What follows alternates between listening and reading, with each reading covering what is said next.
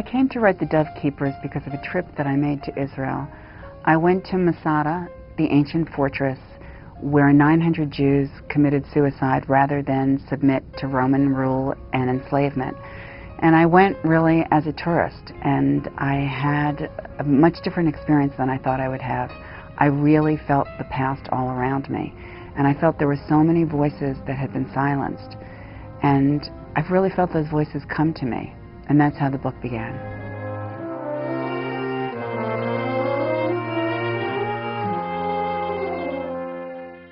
I researched the book in many ways over a period of about 5 years. I did a lot of reading. I used as my main text the work by Josephus, who's really the only historian at the time who really has the only person who has the story to tell about what happened during the Roman occupation of Jerusalem.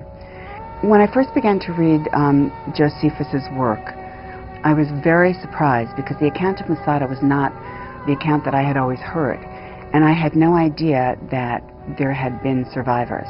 And in Josephus's account, he says that 2 women and 5 children survived, and that really sparked my imagination.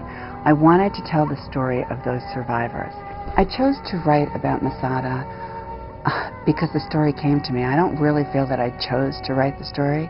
I felt that when I visited Masada, the story came to me, and that I really didn't have any choice but to tell the story.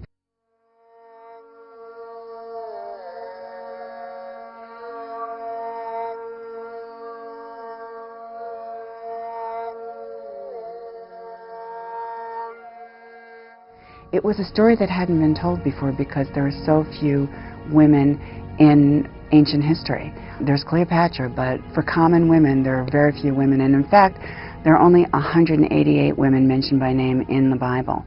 And so to discover what it would be like to be a woman living in ancient time was very difficult. And I wanted to find out what domestic life was like, what love life was like, what their spiritual life was like. And so it was a real challenge for me to find this out.